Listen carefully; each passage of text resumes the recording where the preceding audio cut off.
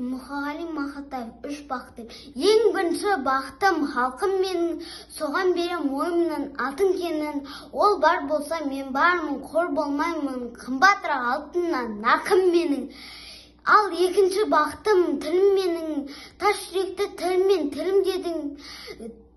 Кейде дүниеден түңілсем қасиетті тілімнен түңілмедім. Бақытым бар шыншы отан деген, Құдай деген кім десе отан дерем.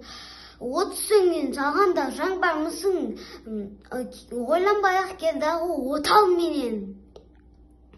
Түтін төсет өсібі көгере бер, немерелер көбейсін шөберелер, жадыңда ұста жақсылық күтпегейсің.